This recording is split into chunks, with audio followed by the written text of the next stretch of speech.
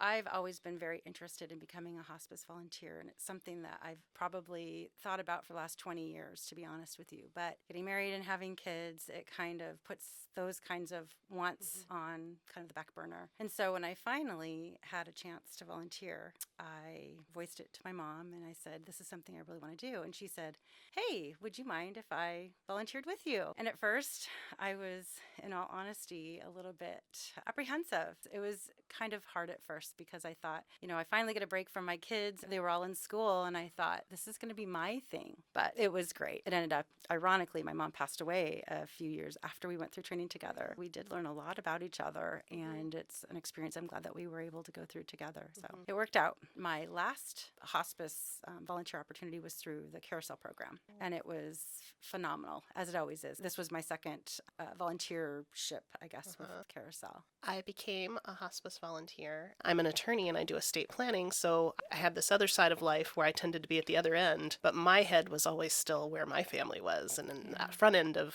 family formation. And as the kids kind of were becoming big people, it felt like everything was pushing to that other end of life. And I felt like I could probably do my job better, my professional job better, if I had more training and more experiences with the real human elements of end of life. But why I stay in it, I'm reminded every time I walk out of a patient's house why I stay in it. It makes me do everything in my own life so much better. It's like a breath of fresh air to walk into a patient's house. And then to walk out of the door and to take whatever came out of that experience reminds me again, everybody's got their hard box. Everybody's dealing with it.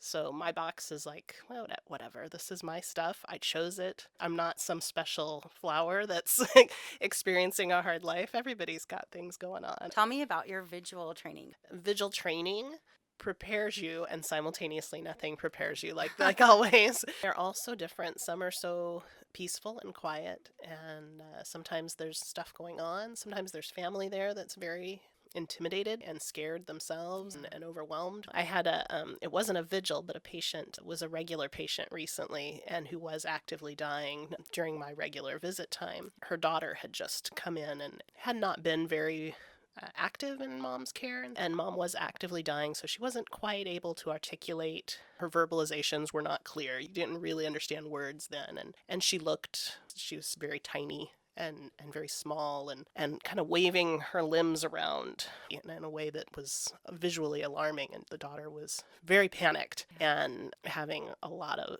what's going on. I had a lot of daily experience going and visiting this woman she was in an assisted living facility and only up for short visits. So I'd seen her almost daily for 15 minutes. So I kind of thought I could tell what she was up to just having had that daily interaction. I said, lean in. I think she's trying to hug you and she can't quite get where you're at. And so she leaned in, uncomfortably so, laid her head on her mom's shoulder and her arms just dropped. Just stopped waving, stopped flailing. Didn't look like a hug in a traditional way, but she just left her arms there. She stopped making all the auditory sounds and she just sat there holding her on. It just felt like, I think she wants to hug you. We all just cried together, just sitting there seeing that, just knowing that just gave her that moment of peace. And they just sat there for a little while.